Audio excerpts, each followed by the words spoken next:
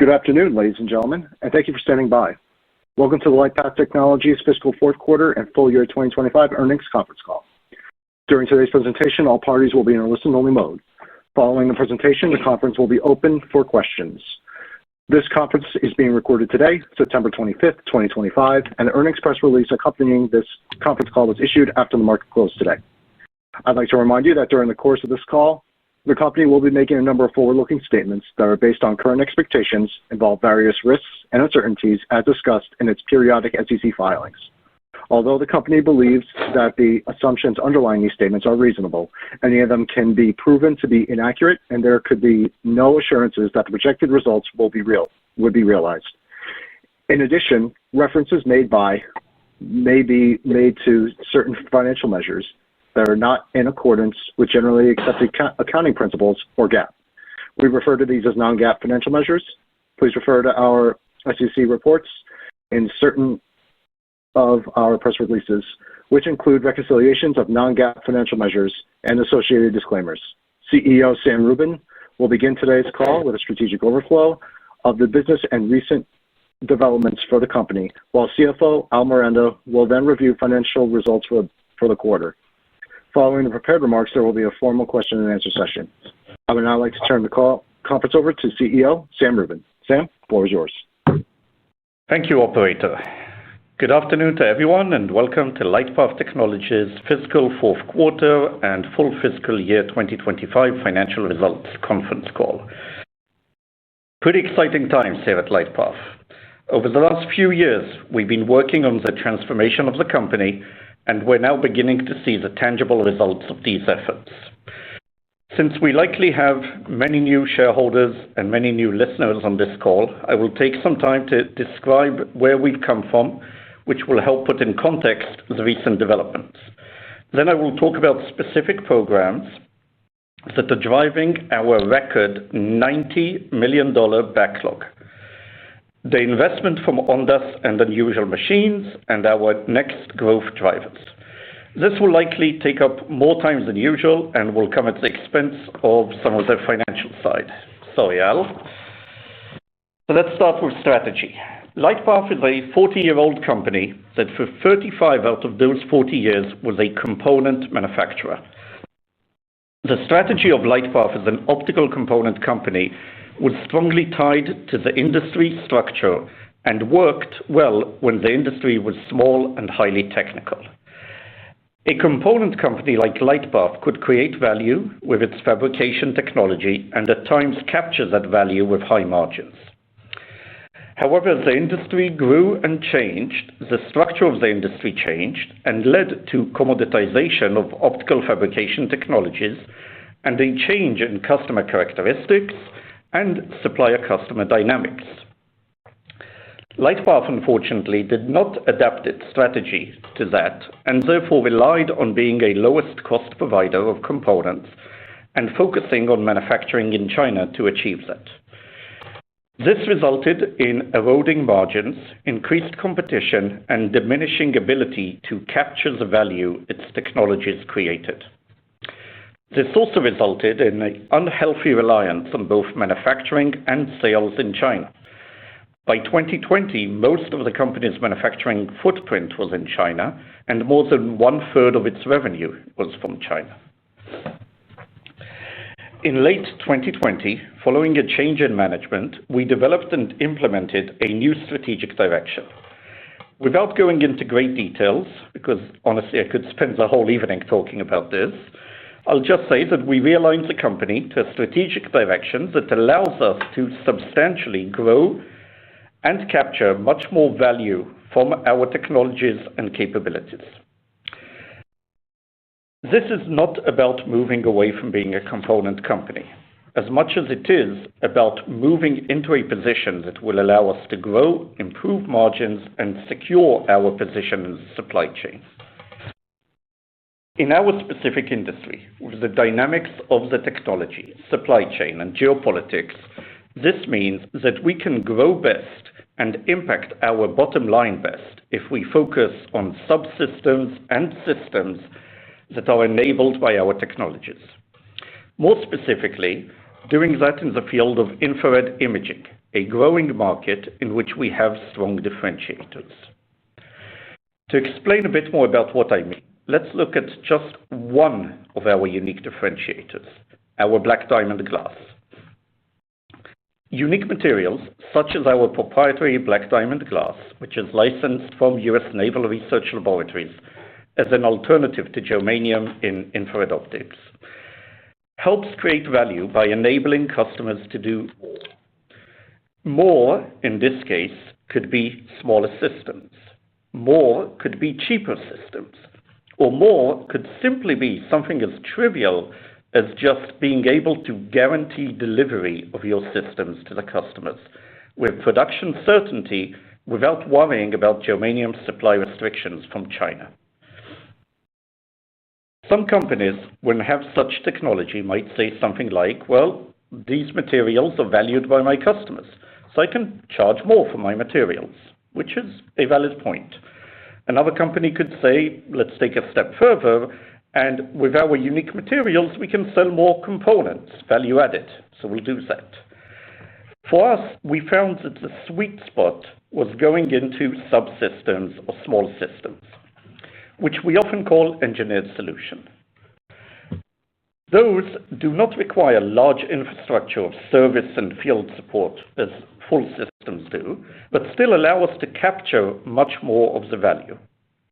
The combination of LightPath's materials and our optics, together with, for example, the recently acquired subsidiary of G5 Infrared, which is a leading infrared, which is a leader in thermal imaging camera, is case in point for this.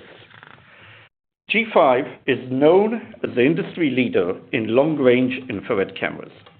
That was the case before we acquired them, not something we created. But like its competitors, G5 was facing supply chain challenges due to global geopolitics, and primarily germanium and gallium, which are critical materials in their optics. After acquiring G5 in February, in conjunction with their team, we began the effort to redesign their systems to use our materials. Recently, we announced completion of redesign of 2 of those cameras. By doing so, we are positioning ourselves not only as offering the best cameras now, but also as the most reliable provider of cameras, with supply chain resiliency that no one else can offer. The result of this is massive growth we're seeing. Our backlog today is around $90 million, $90 million. That is more than 4 times what the backlog was just a few months ago. And with more than 2/3 of this backlog in systems and subsystems, it is clear that the strategy is working. Our strategy is all about creating value and capturing value. When you have core technologies that are unique and well-positioned, they clearly create value. And it is up to the company to make the most of it by capturing as much of that value as possible. For LightPath, it means going up the food chain. With this background behind us, I would like to now dive into some of our most recent developments and events and add some color and background to the announcement we have recently made and the large backlog I just mentioned.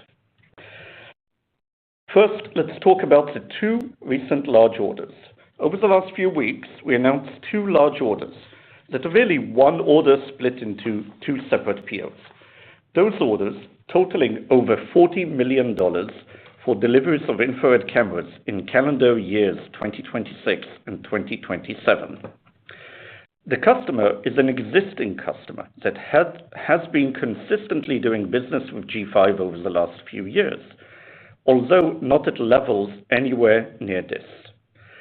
The applications for those cameras will be in border surveillance and counter UAVs, or CUAS as it is often called. Let's first talk about the border surveillance.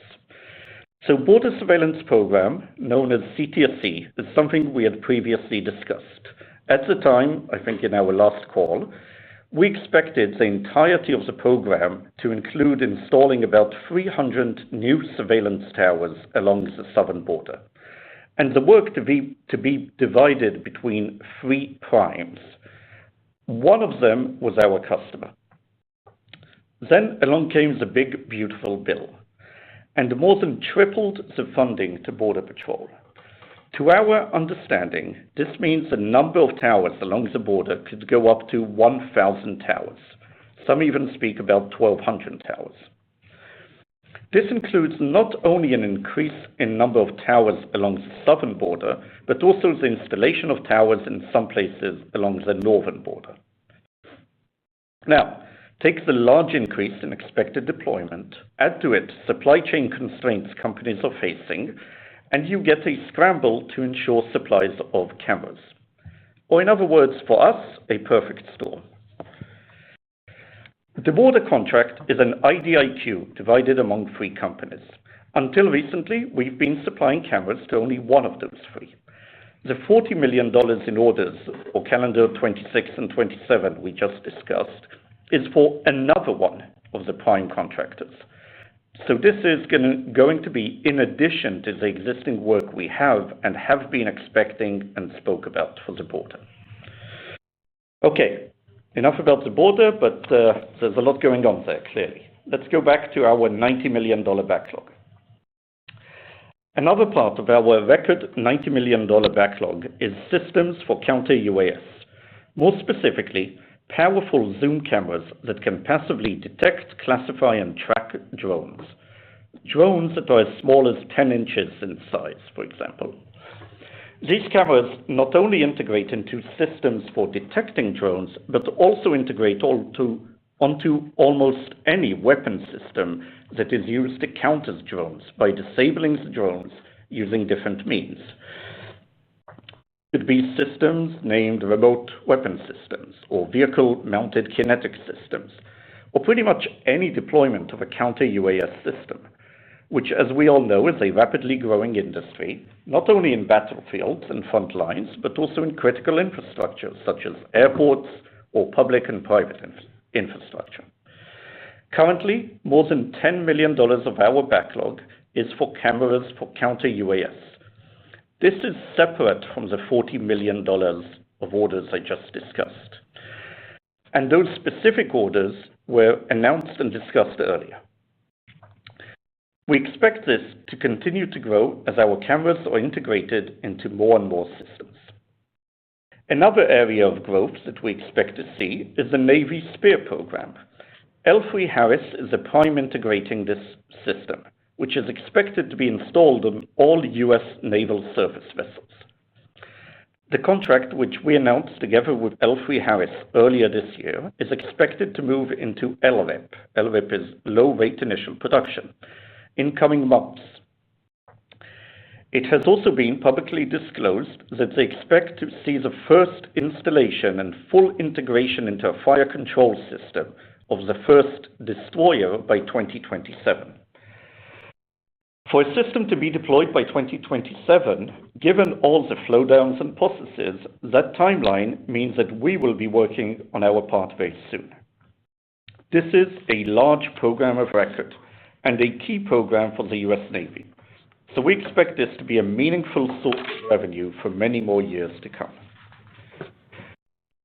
All of those are systems that we've already qualified, so all the development work is pretty much done. It's a matter of receiving and executing on the purchase orders.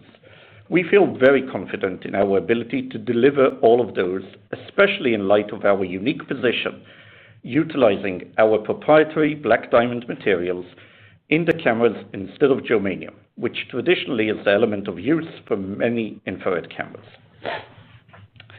This brings me to China's ongoing export restrictions, who late last year cut off the export of germanium, as well as other critical materials to the U.S. defense industry.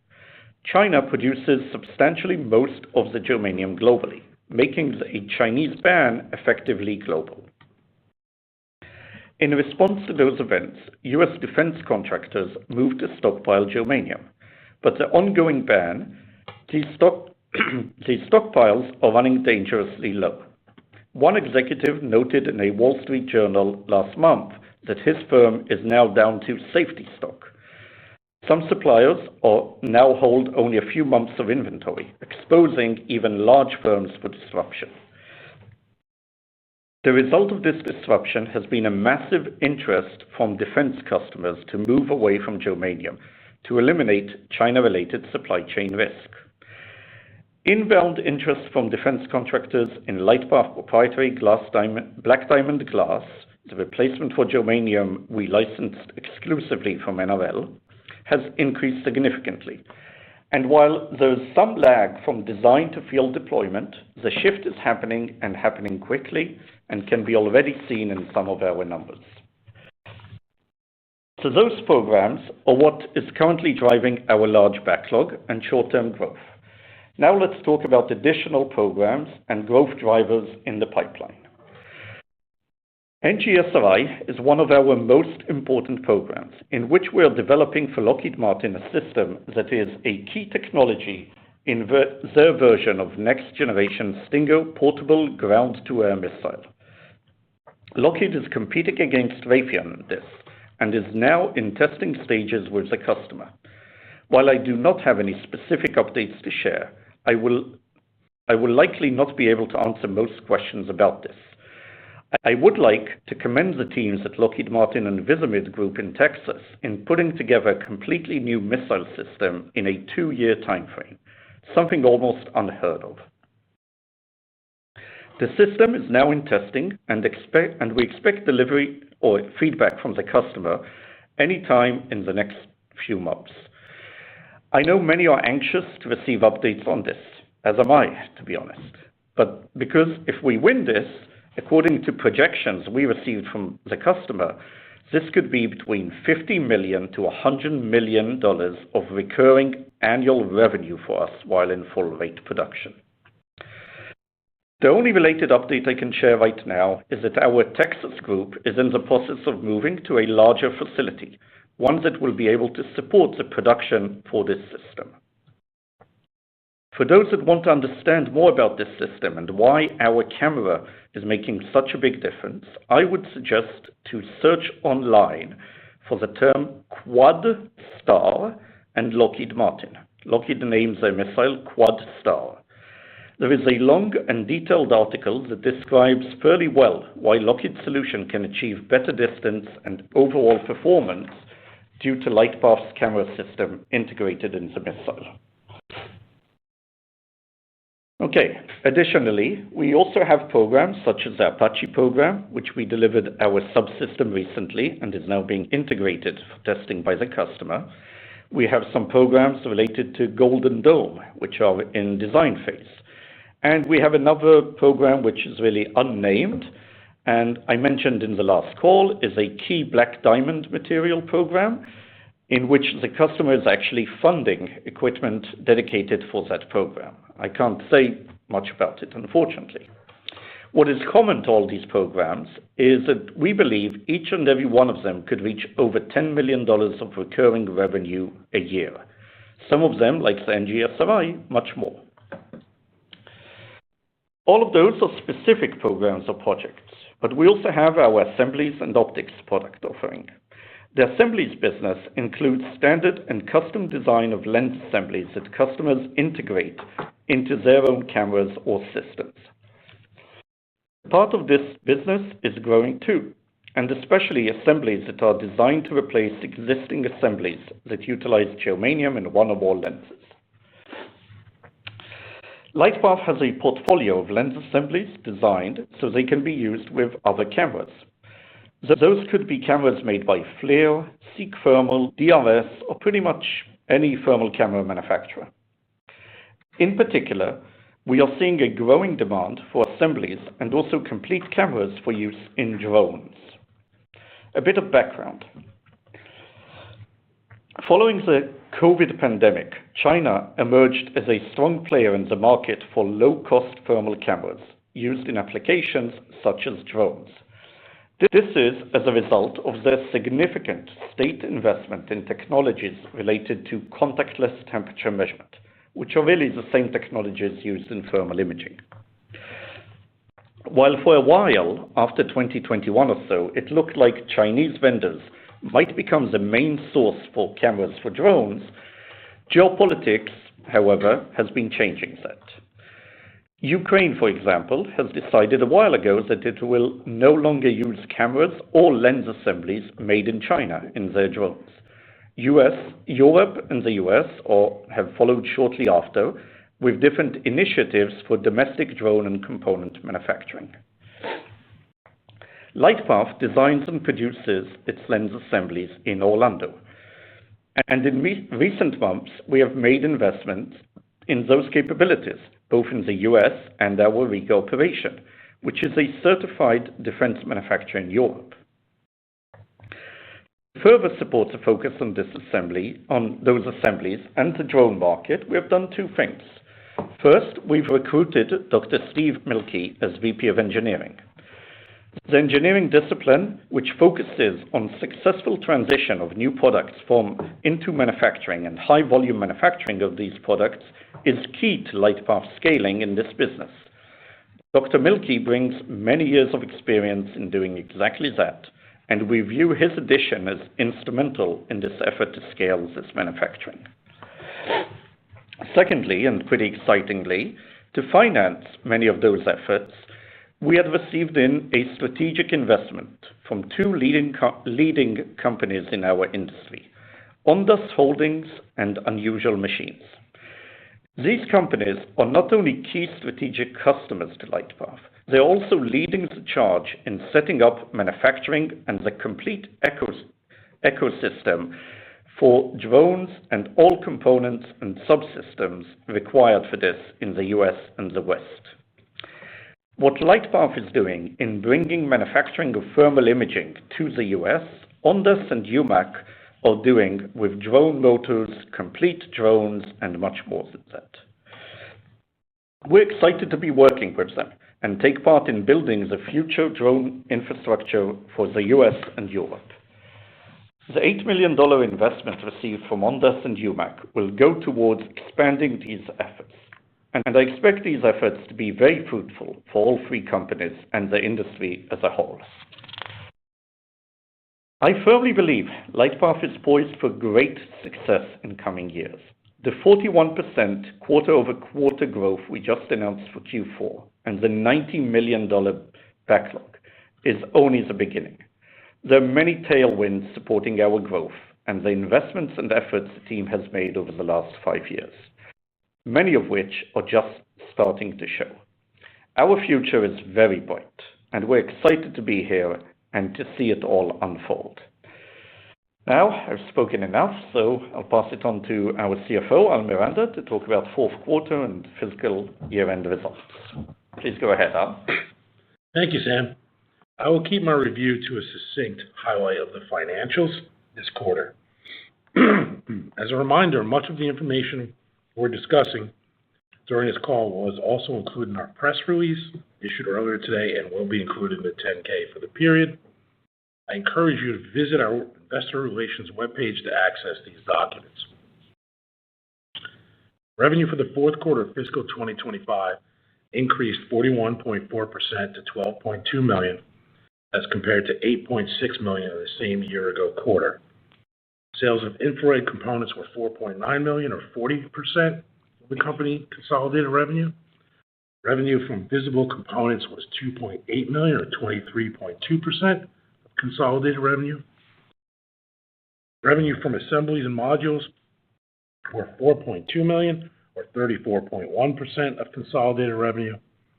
Revenue from engineering services was $0.3 million, or 2.1% of consolidated revenue. Gross profit increased 6.6% to $2.7 million, or 22% of total revenues from the fourth quarter of 2025, as compared to $2.5 million, or 29.2% of total revenues in the same quarter of the prior fiscal year.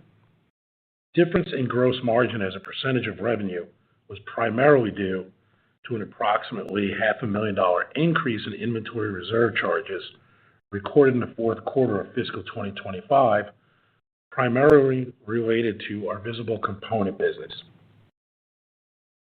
Operating expenses increased 52% to $7.2 million for the fourth quarter of fiscal 2025, as compared to $4.7 million in the same quarter of the prior fiscal year. This increase was due to the integration of G5 Infrared following its acquisition earlier, as well as increased sales and marketing spend to promote new products, an increase in material spend for internally funded new product development, an increase in the fair value of the acquisition liabilities of $1.4 million. The earnout liability for the G5 acquisition will continue to be adjusted until it is paid out. Net loss in the fourth quarter of fiscal 2025 totaled $7.1 million, or 16 cents per basic and diluted share, as compared to $2.4 million, or 6 cents per basic and diluted share in the same quarter of the prior fiscal year.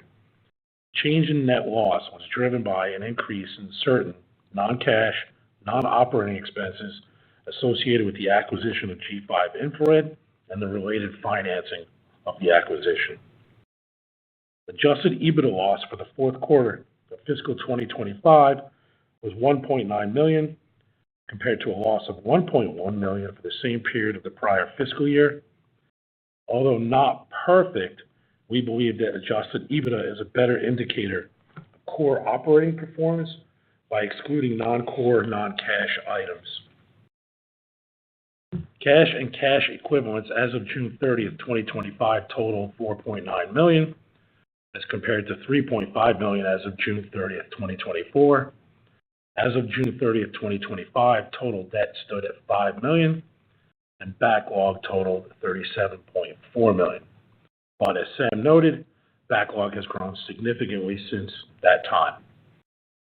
I'd like to point out two significant activities we undertook during the fiscal year that we have not discussed.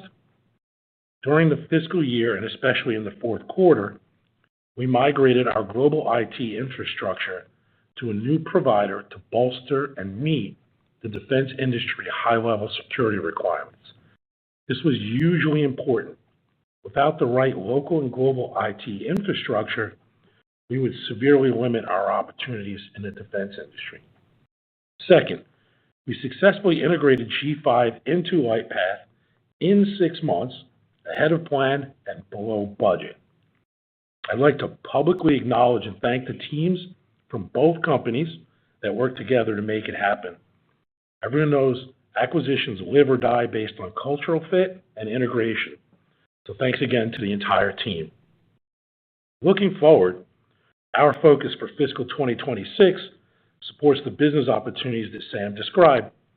We have a detailed go-to-market strategy that we're funding to target revenues in key high-growth areas, some of which Sam mentioned.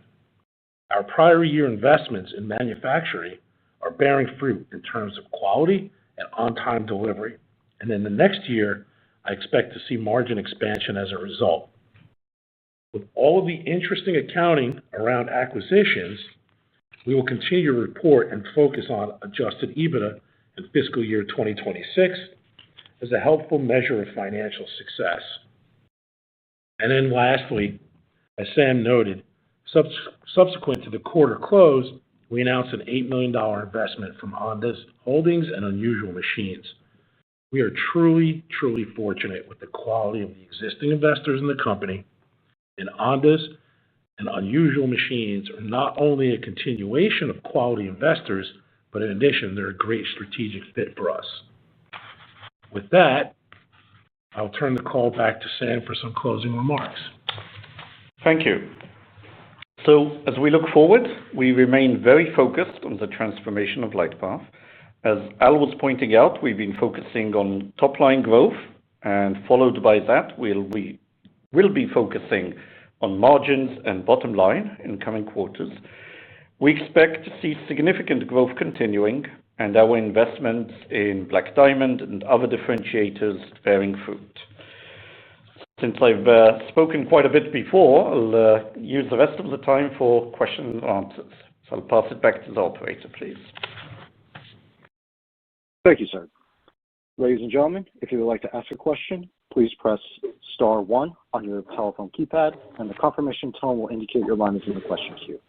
You may press star 2 if you would like to remove your question from the queue. For participants using speaker equipment, it may be necessary to pick up your headset before pressing the star keys.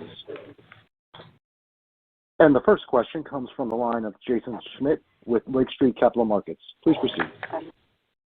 Hey guys, thanks for taking my questions. Just looking at the June quarter, how much did G5 contribute to in that quarter? And I assume it's a big chunk of that backlog, just given the significant wins you have in the pipeline. But can you break that out as well? So it was $4.2 million, Jason, was the G5 contribution to revenue. Okay, perfect. And how much does it comprise of that $90 million in backlog? I'd say 2/3 of the backlog altogether is cameras and assemblies. I'm not sure if we have it broken down now by G5 or LightPath or rest of LightPath in that. Okay. And then just a follow-up, and I'll jump back into queue. Looking at the border security opportunity, obviously a big win with the second customer. Are you expecting to be sole sourced here? I don't know what the third prime or third integrator is going to do, but we're definitely in a very, very unique position. I think I would not be surprised if we end up providing for all the towers along the border. Okay, perfect. I'll jump back into queue. Thanks a lot, guys. Yeah. Thanks, Jason. Thanks, Jason. The next question comes from the line of Glenn Mattson with Ladenburg Thalmann. Please proceed. Hi, thanks for taking the question, and congrats on the great transformation this company has gone under. Thanks, Sam, for laying out kind of an outline of that. But one thing that stood out in your remarks that I wanted to just flesh out a little more was I think you said that you were rapidly expanding capacity in Visimid, and if I'm not mistaken, I think that's the kind of the core technology that kind of got you into the hunt for this Lockheed contract. Can you just go into what kind of signal you're sending with that? And is there some, if you don't win the Lockheed, is there other work that you tend to pump through that? Just some points on that. Yeah, sure, definitely. So Visimid, when we acquired them, we're a small engineering firm, right? Less than 10 people in a very small space, very confined space where they were doing development. That's not conducive for any expansion or manufacturing. I mean, they've been cramped already when we acquired them. In addition to NGSRI, we do all the development of our uncooled cameras at that location in Texas. So they're not moving into a massive plant, maybe 10,000 square feet or so, but it will be enough both for the NGSRI and for all the non-Lockheed uncooled products. So optical gas imaging camera, drone cameras that we come out with, some of the Mantis work, and so on. So there's much more going on in that facility than just the NGSRI. Okay, great, helpful. And then, Al, can you, if you add back the $500,000 you talked about in the inventory write-off, it's still gross margin would be down sequentially. So I think that's related to mix a little bit, but maybe can you confirm that? And then is there any change to the margins within that mix, within each category, like any significant changes? No, in the quarter, we actually thought the mix was let's say, typical. There's $500,000. I mentioned that because that's the single largest item. But there's a few other items.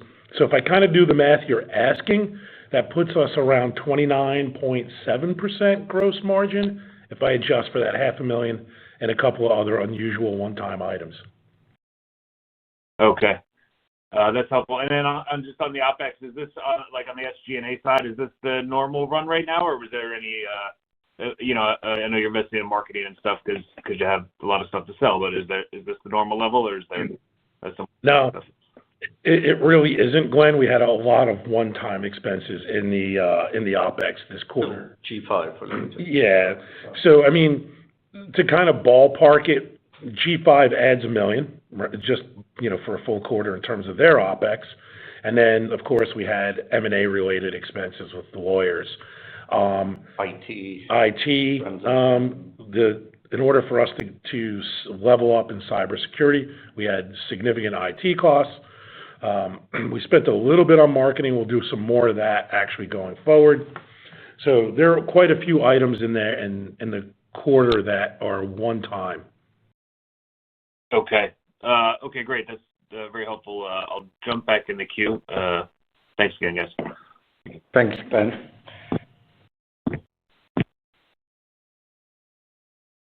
And the next question comes from the line of Richard Shannon with Craig-Hallum. Please proceed. Well, great. Thanks, Sam and Al, for letting me take some questions, and congratulations on a really nice running start here with G5. I guess I want to ask the first question just to get a definition down here in backlog. A lot of companies reported as of the end of the prior quarter end, as well as usually reported on a outgoing out 1 year. It seems like that may not be the case here, so I'd love for you to clarify, where is that measured and over what period that measures, please. So great question. Backlog is a real order. It's a real order from a real customer. There's no forecasting in there. So real order 100%. In our case, we do accept orders that are multiple years, right? So the 90 million Sam mentioned is more than 1 year. About 60% of that, 57% of that, somewhere in that neighborhood, is going to ship in fiscal year 2026. And then the balance of it is in fiscal year 2027, and maybe even a little bit might spill over to fiscal year 28. So for us, that is a bit unique because in the history of LightPath, we've not had that long lead items that we know that orders are coming, but it's also a bit of the nature of the defense business, right? Yep, that makes sense, and thanks for clarifying that, Al. Now let's look forward here on the pipeline, and Sammy did a good job explaining some of the opportunities here, but maybe you could talk about big picture. How's the size of the pipeline here as you've added to G5 here? Obviously, you've done a really good job converting a lot of it to backlog, but I wonder what the remaining pipeline looks like, especially as you mentioned the big, beautiful bill that's offered some opportunities you've won. What else is sitting out there from the big, beautiful bill in other places, and how would you quantify that, if any? Yeah, I'd say like counter UAS, I think we're just beginning. So $10 million plus whatever part of that 40 million, that is really just starting. And because the deployment of those systems is just starting, and I think every event like what happened in the airports in Europe over the last few days and things like that accelerates all of this. I'd say most of the $40 million, that order of $40 million, we weren't planning or budgeting for most of it. So it's all pretty much gravy on top of numbers we talked about in the past for the long term. So I'd say, expecting still quite a bit of growth. Okay, fair enough. Let me ask a question on gross margins and taking two comments from, I think, both prepared remarks and a response to one of the questions here, just try to get a sense here. Sounds like from Al's comments, you're talking about maybe focusing on gross margins in a little bit of time, more focused on revenue growth today. But also, I think if I heard you correctly, you think your gross margins, excluding some unusual or more one-time dynamics, could be close to 30% here. So what are the dynamics under which and time frame for which we see this gross margin improvement, and kind of what are your goals here? Obviously, getting another quarter underneath your belt with G5, and then also expanding capacity and other things like that. Where do we think we can go with this in the next couple of years? So we can go, right now, on an adjusted basis, as I just said, last question, we're pretty close to 30. I think we can step up to 35 pretty quickly in a quarter or two. And then in the longer run, as the product mix really does shift to these larger finished infrared camera systems, we're thinking 40% is where it would settle out in the midterm. Okay, perfect. Actually, you know what? I'll ask one last quick question here, Sam. I know you didn't want to. You said you didn't want to talk much about Lockheed, but I will ask a question that since you put it in your press release last quarter about expecting a decision, perhaps this year or early next, is that time frame no longer valid, or you're not making a comment? Just want to make sure about that one. Thank you. I can't comment beyond what we spoke about. So formally, the program will be decided by next fall. realistically, we get indications that it might be much sooner. This year still, January, February, maybe. But we really don't know that much, and we need to be very cautious also on what we share, unfortunately.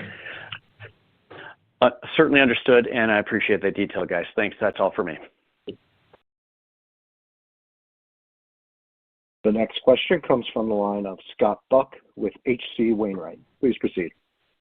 Hey, good afternoon, guys. Thanks for taking my questions.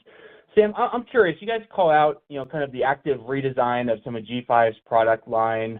What kind of lift is that, and what's the timeline look around that? So it can vary quite a bit. I mean, we expect another 1 or 2 cameras to be redesigned or move forward in the next 2-3 months, probably. After that, it gets a bit more complicated. The really large ones, complex, very long-range ones take, obviously, much, much more effort. We're trying to throw more resources at it to accelerate it. We've taken equipment from production to dedicate it also for prototyping so that we can quickly turn it in. It's not an acute thing because we have at G5 and LightPath enough materials and access to enough materials right now to deliver what we need. It is more that, we understand how uniquely it positions us. And we're seeing an overwhelming positive response from customers for the first 2 that we announced, that we understand that doing more will, possibly drive much more business to us. That's helpful. Now, does it change the way you're able to sell some of these products in the near term? I don't know. In what way do you mean? Just in terms of if it's gonna take months, right, to kind of redesign some of these. Yeah. Do you kind of take it out of the quote product catalog here in the near term? No, we can still deliver the products. These are new versions, if you would. But we are seeing customers already placing orders for them before we produced even one of them. So just telling customers we're doing that and we will have a germanium-free version is driving some orders. Okay, perfect. That's helpful. And then second question I had, the $40 or so million that you've announced with the leading global technology customer, I'm curious, was any revenue expectation from this customer within the initial kind of $55 million of annual revenue you laid out at the time of the acquisition? So when we did our due diligence, we thought this customer would be around $9 million on a run rate per year. So it's more than twice that now. Okay, so there's incremental revenue in there and meaningful incremental revenue at that. Yeah. And prior to that, that particular customer did about $4 million with G5 before we were in the picture. Okay, perfect. So, well, I appreciate the added color, guys. Thanks a lot.